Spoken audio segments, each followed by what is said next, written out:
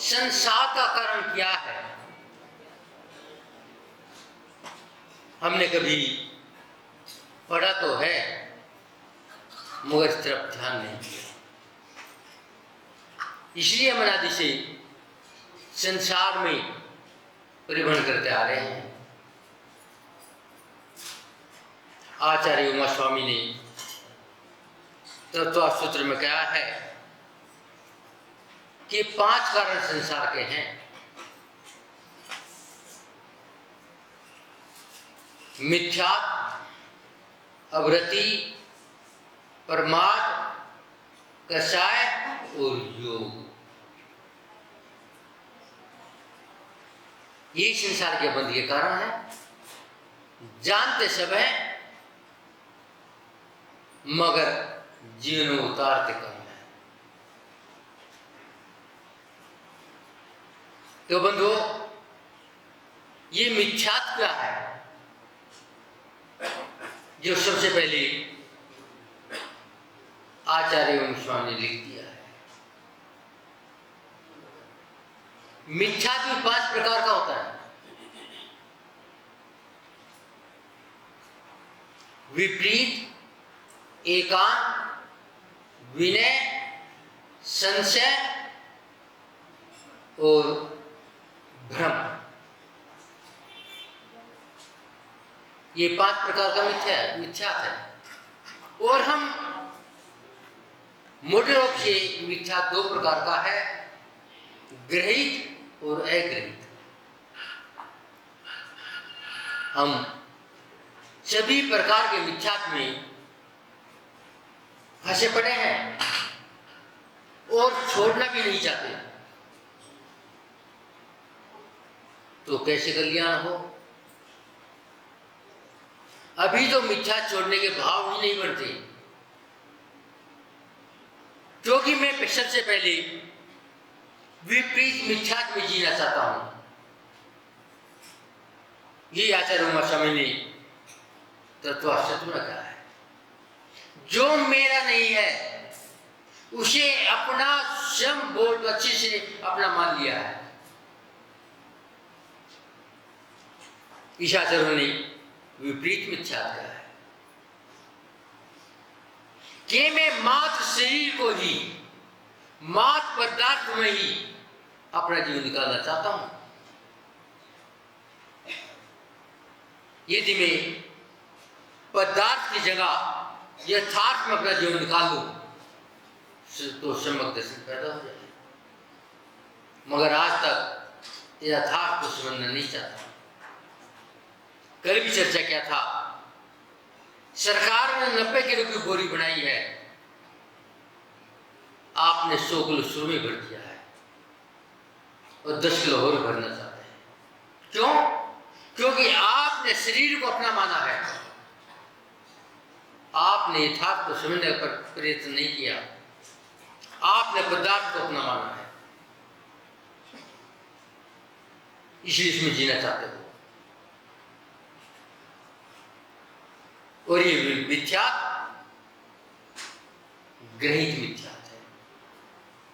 एक हो जाए कोई बात नहीं, क्यों अनादि से लगी है। लेकिन मैंने इस बमाने के बाद भी संगति के कारण ये नई नई मिथ्या प्राप्त कर ली है। तो विचार करो, कल्याण कब तक हो जाएगा? संभावना नहीं है। जब तक संभावना नहीं है, जब तक आज मिथ्यात्व में फंसे रहोगे। और आचार्य उमा स्वामी ने 5 बताए हैं, उसमें मिथ्यात्व भी एक है। अविरति के मेरा संयम तरफ भाव बनते ही नहीं, और जो संयम की बात करता है उसके पास जाना भी नहीं। ये मानसिकता आज विशेषतर माताओं की है। बच्चों को अपने प्रमाद के कारण शिष्टाचार में बक्स में डालना चाहती है। और बच्चे को दिखाता है माँ बहुत प्रेम करती है। ये बात में सच्चाई दिखाई दी भी थोड़ी बहुत ना दिखाई दिया, हम दिखाएंगे। जब पहले बालक स्कूल जाता था, माँ बालक से 2 घंटे पहले उठती थी, स्नान वगैरह करके और बच्चे के लिए गरम गरम पराठा सेकती थी, गरम गरम सब्जी बनाती थी, उसके लंच बॉक्स में टिफिन में रख देती थी, बेटा इंटरवल में एक पराठा खा लेना। मगर आज की माँ बच्चे से बहुत प्यार करती है और पति की जेब से 100 का नोट निकाल लेती है, बच्चे के हाथ में दे देती है, बेटा कैंटीन से समोसे खा लेना, पिज्जा खा लेना। जय हो माताओं की जय हो। मिथ्या का पोषण कितना भारी कर रही है। क्या ये सत्य नहीं है? जानते समय मानेंगे नहीं और जो कहेगा उसके पास जाएंगे भी नहीं, तो फिर कल्याण कैसे हो? माँ के चावल चढ़ाने से, ये शक्कर का लड्डू चढ़ाने से मोक्ष कल्याण हो जाएगा? शायद सूर्यनगर में हो जाता हो, या यहाँ की माताएं ये काम ना करती हो। हम तो पिछले काम की बात बता रहे, आगे नहीं बता रहे भैया, हमने बताया था उन लोगों को।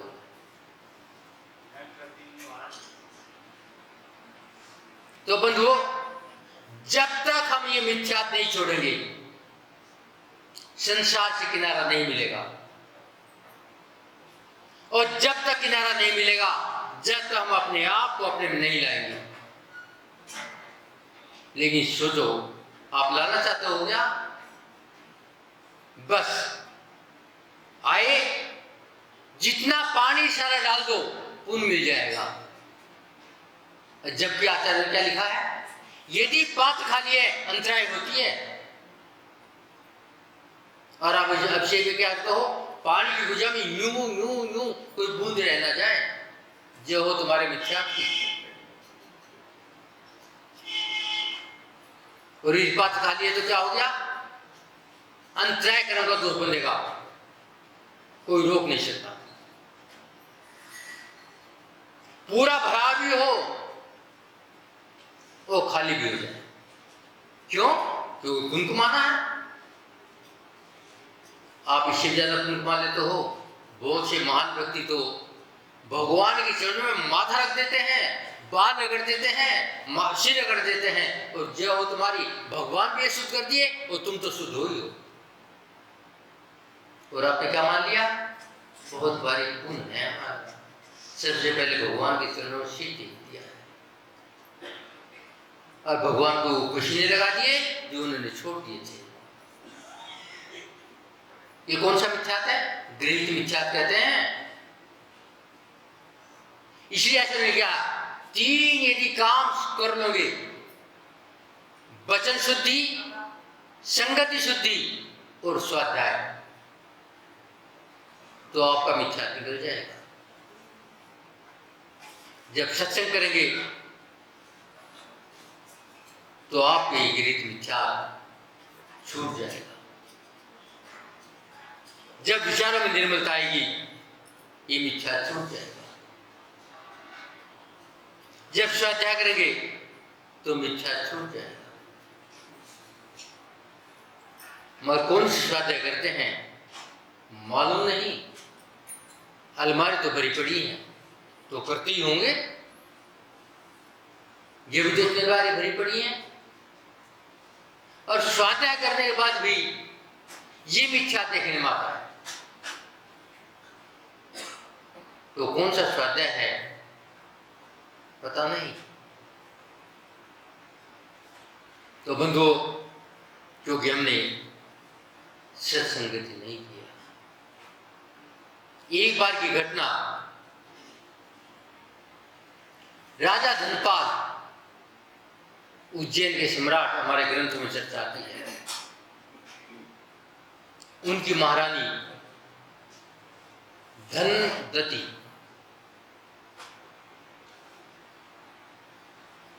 सम्राट धनपाल अपनी महारानी के प्रति आसक्ति था, बहुत ज्यादा था, और कहीं से किसी ने भेंट में सम्राट को अमर फल दान कर दिया, अमर फल भेंट कर दिया। तो सम्राट सोचता है ये अमर फल मेरे खाने का कोई लाभ ना होगा, अपनी महारानी को खिला दिया जाए, क्योंकि उसमें ज्यादा आसक्ति थी, और वह फल अपनी महारानी के लिए दे दिया। महारानी ने सोचा मेरे फल खाने का क्या फायदा, जो घुड़सवार है ये मैं बहुत चाहती हूं वो जवान रहे। उसने फल घुड़सवार को दे दिया। घुड़सवार भी ये सोचता है मेरे खाने का क्या लाभ, वो अमुक वेश्या को दे दिया जाए, और वो फल एक वेश्या के पास पहुंच गया। देखो चिंतन कहां चलता है। वेश्या जिसे आप पतित मानते हैं, महारानी जो शिखर पर बैठी है, सम्राट जो शिखर पर बैठा है, वो वैसे चिंतन करती है तू पापन है, दुराचारणी है, जीवन भर पाप किए हैं, और यदि अमर फल खा लिया तो पाप बढ़ जाएंगे,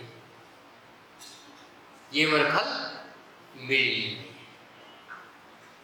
यहां का सम्राट न्यायप्रिय है। यदि ये फल सम्राट खा ले तो देश की रक्षा करेगा,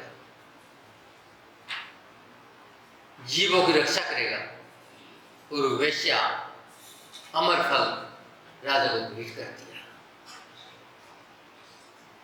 अब राजा सोचता है ये फल वेश्या के पास कैसे पहुंचा, ये तो मेरे पास था, रानी के पास था, मगर घूम के वेश्या के पास कैसे आ गया। भाई यही तो संसार है। राजा का चिंतन बढ़ा, संसार की स्थिति देखी, पदार्थ से था यथार्थ माया, और यथार्थ माता ही दिगंबर हो गए। तो आचार्य कहते हैं जिस दिन मिथ्या निकल जाएगा, पदार्थ से यथार्थ में आ जाएगा, आसक्ति घट जाएगी। जब आपके सामने 50 थाल रखे हों, आपको आसक्ति बिल्कुल नहीं है,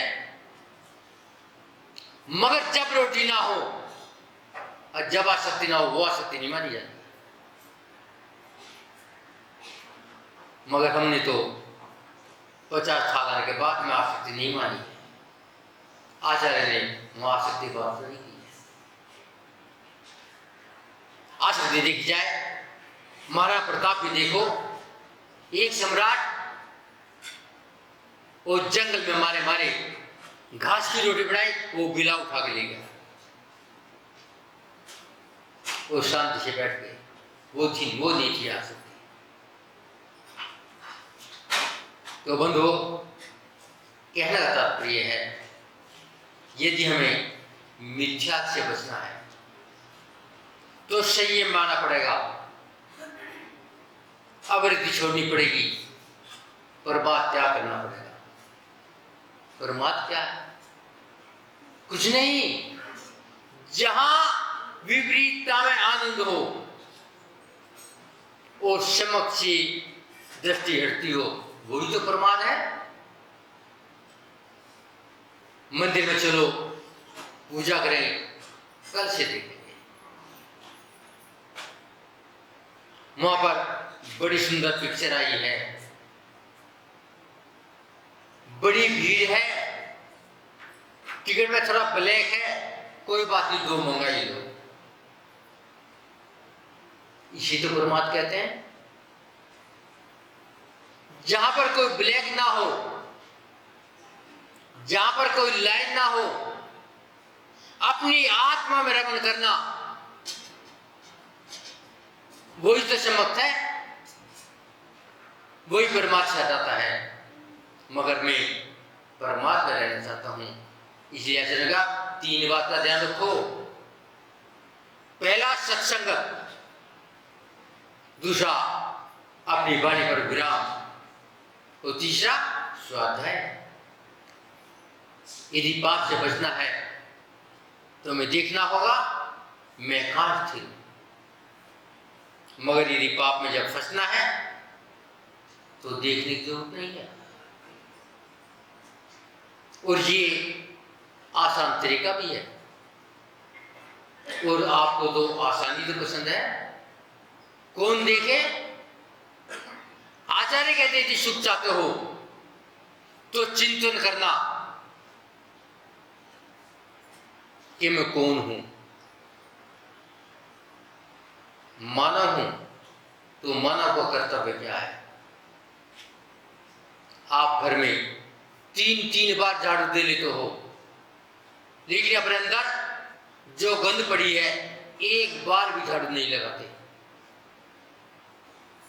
झाड़ू लगाना है तो स्वाध्याय है, झाड़ू लगाना है तो चिंतन है। कम से कम 1 बार अपने अंदर झाड़ू लगा लो, 1 दिन में प्रातःकाल लगा लो कि मेरे अंदर क्या क्या दोष हैं, क्या क्या विकार हैं, उन्हें कैसे निकालना है। जब घर का कचरा बाहर निकल जाएगा, घर में सफाई हो जाएगी। लेकिन आज तक कचरे को निकालने का प्रयत्न नहीं किया, क्योंकि कचरे में ही तो आनंद है। एक बार किसी भक्त ने महावीर से पूछा, आपने क्या छोड़ा जो महावीर हो गए? महावीर कहते हैं, मेरा था ही क्या जो छोड़ता। वह जो अपना था उसे खोजा है, छोड़ा नहीं, खोदा है, अपने को पाया है, महावीर हो गया। तो बंधुओं, यहाँ त्याग की बात नहीं है, या छोड़ने की बात नहीं है, या खोदने की बात है। अपने आप को खोद लो, अंदर झाड़ू लगा लो, कचरा निकाल दो, सुखी हो जाए। मैं इतना कहकर अपनी बाणी को विराम देता हूँ। ओम शांति।